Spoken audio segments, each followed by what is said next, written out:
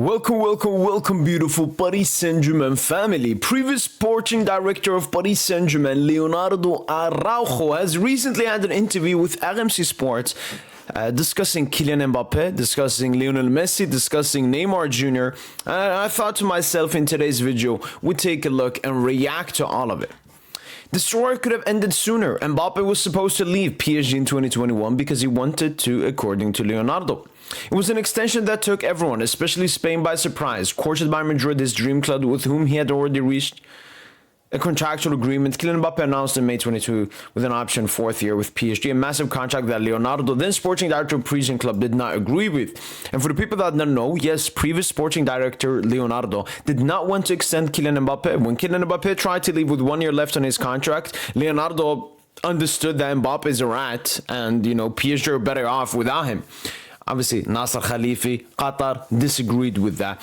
And part of Mbappe extending was that Leonardo would leave the club. We just showed the amount of power that Mbappe received, but just showed that Leonardo and Mbappe could not coexist together. When he renewed his contract, he had conditions for staying, and I didn't agree. So he's saying that the conditions Mbappe wanted to stay, Leonardo didn't agree with. I couldn't stay. There was choices to be made. I would have said no before. Confident the former Brazilian international PSG sporting director from 2011. It wasn't about money. He stayed because he's a Parisian, but he wanted to leave for Real Madrid. He stayed because he's a Parisian, but he wants to leave for Real Madrid. I mean, shout out to Leonardo, but I disagree with him. I think the main reason Kylian Mbappe extended is because of the offer that we gave him. I think he was always wanting to leave to Real Madrid, and he was like, all right, PSG, what do you want to offer? And PSG was like, we can offer 50 million. And Mbappe's like, okay, let's ask for 70. 70? They were like, we can give you 90.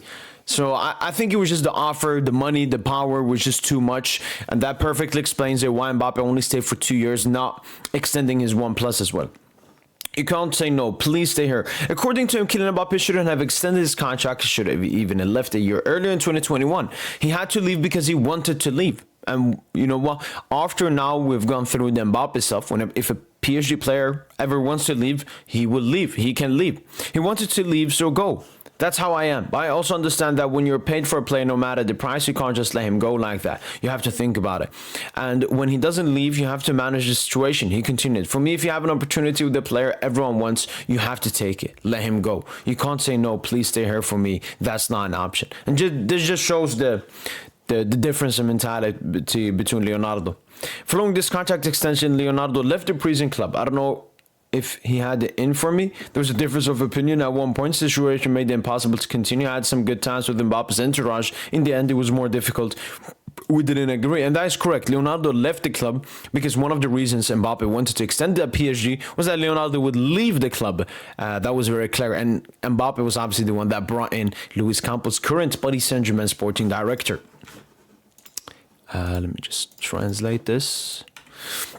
And to conclude, regarding this period at PSG, which saw Neymar, Messi, and Mbappe play together, I wasn't there when Neymar and Mbappe arrived. There are initial agreements that are very important. Perhaps it was difficult to have Neymar and Mbappe at the same time, but you have a very, very good 18-year-old French international, the other who's the best player in the world at the moment at the time of the signing. You have to try. So we have some more quotes here. I worked 6 years with Carlo Ancelotti in Milan. Then in Paris, we lived together for 10 years. But Luis Enrique, and this is a scoop, we called him in 2012. I spoke to Luis Enrique regarding PSG, but it was at the time when he couldn't. That's really interesting. The Paris Saint Germain were trying to get Luis Enrique before, he won the treble with FC Barcelona in the 2014-15 season. That's really interesting. I believe he was at Celta Vigo prior to Barca and AS Roma. Wow. That's a very interesting move. Obviously, Leonardo has very strong contacts in Serie A, and that's where Luis Enrique was at that time, so makes sense. Very interesting. I have a lot of respect for the people who arrived at the beginning of the project, because the start of a project isn't easy. I guess he's talking about Zlatan Ibrahimovic, Thiago Silva, Lavezzi, Sirigu, Thiago Motta, Maxwell, and so on and so on.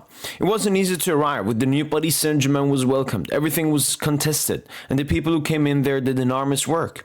I think it's not a mess. Verratti spent 11 years at the club, and it's normal to have cycles. Maybe, and I say maybe, a guy like Verratti after 5 years at Paris Saint Germain should have gone to an even bigger team.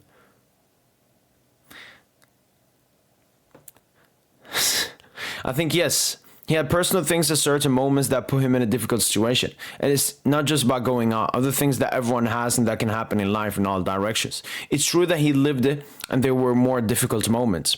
After that, he came back and I think he was better. And then he finished. That's a bit of his life. Mark is the guy I talk the most because I was so close to him from the beginning. For him, it's not so much about going out, but it's the head. Being focused for 15 years or something isn't easy. And no, I didn't say he didn't have mental strength. I said that staying concentrated all the time isn't easy for anyone. But if you talk about Verratti overall, I think he was an enormous player. I'm talking about him for his career. He stayed the whole time, and it's hard to do 11 years. With a lot of difficulties with things that happen, and then when things happen, it's the more important players who suffer the most and who get beaten down the hardest. All that because he was always there. And that is true. He was a little bit of a punching bag. Obviously injured, missed a lot of big and important games, and he was part of that veteran squad with Marquinhos, maybe Kimpembe, Thiago Silva, Di Maria. They were there for a while and so on. I have a lot of respect for the people who are Luis Enrique is central to this project, not just as a great coach. He has passed on a lot to the younger players. It was Paris Saint Germain's destiny to end up with this kind of a squad, this new energy. It's turning into a dream for everyone. It's just not PSG's dream. It's everyone's dream to see a French team win the Champions League with style. Yes, sir. Building a younger team with Donnarumma, Hakimi, and Nuno Mendes was already an idea. And there you can see Leonardo trying to, put a foot in and say, you know what, I was part of this project just before Campos came in. And, Donnarumma, Achraf Hakimi, Nuno Mendes, all them three were absolutely crucial in our Champions League victory. And all of them were obviously brought in with Leonardo. The only one is maybe Nuno Mendes. It was Antero Enrique, but we move. Everything was so beautiful the last few years, including the last one when I was there. It wasn't easy. There were a lot of things. It was a bit unbalanced. There were things where it was hard to say we're going to reach the final. My second stint was marked by COVID. It was very strange. We reached the final in 2020 without fans during the final 8 in Portugal. It was very different. When I arrived, the idea was to build a competitive team for the Champions League in the next 5 years. It wasn't about saying we're going to win the Champions League. It was about building something important to be competitive in the Champions League within 5 years. And that's being done. So he's basically saying that the plan for the Paris Saint Germain, youngster project started even before, Luis Campos came in. Enrique as a central figure who passed on his experiences to a young team. I think it was somewhat logical that PSG would reach this level of squad. It was everyone's dream to see a French team win. I love João Neves, Vitinha too, and Pacho, and Nuno Mendes. You recruited players to play that final, yes, but that doesn't change anything. The idea of having a younger team was already there with Donnarumma and Nuno Mendes. Do you miss out on the opportunity after launching the youth project where the management are already thinking about this idea after the stars? To be clear, I'm not here to put anyone on trial. I've always thought of two clubs, Paris and Milan, and I would defend them as much as possible. What an answer. Leonardo, it wasn't just about piling up stars that players were asking to come. You'd have to build something first to move to the next stage. It was 15 years of fantastic story. I was there at the beginning. I know what people thought, what they wanted. You say things, it's your job, but who wanted what? It was a fantastic story. I had a lot of autonomy, and I'm grateful for that. It's really interesting here, he says, because everyone always says Paris Saint Germain splashed the money, want everyone to come. Well, a lot of calls were definitely made to Paris Saint Germain. Oh, can I put my player there? Like Di Maria when he was at United and so on. Was there money for recruitment too? Of course, it's part of every project. The financial ranking always reflects the sporting rankings. If you don't have Qatar, you don't win the Champions League. Luis Enrique had a very different project compared to what came before. Do you regret not having had a strong team collectively? I can't separate the times I was there from the times I wasn't. PSG has had a great history. Qatar arrived in a different context, a different kind of football. It wasn't just about piling up stars. The players were asking to come. It's very difficult for you to understand. Not Messi or Neymar, they come for the money. That's why you say without knowing the details. We're not going to put anyone on trial. When you look at the last 15 years, there's been learning experience, things that would lead to something fantastic. Were there mistakes before? But of course, but that happens in other teams too.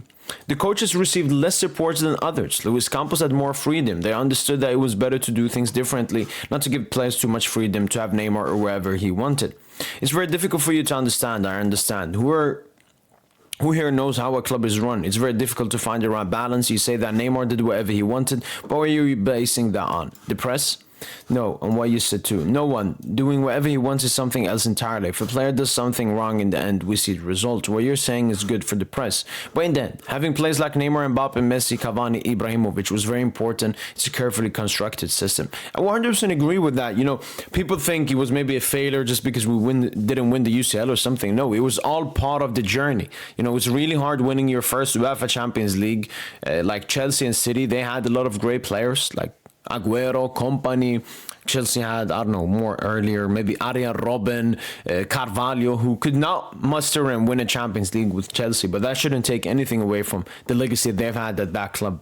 Was Luis Enrique's Champions League winning team better than the Thiago Motta and Ibrahimovic era? Ooh, interesting question.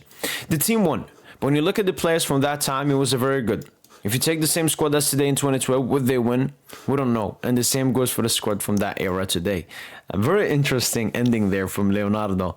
Because I think this team, but I think the 2012, the 2016, the 2018, the 2020 Paris Saint Germain all deserve a lot of respect and appreciation. But that finishes off for the interview. Hopefully you guys have enjoyed this video. Very insightful words here from Leonardo. Very political words from Leonardo. Hopefully you guys have enjoyed this video. That's been it for PSG, and as usual, allez Paris.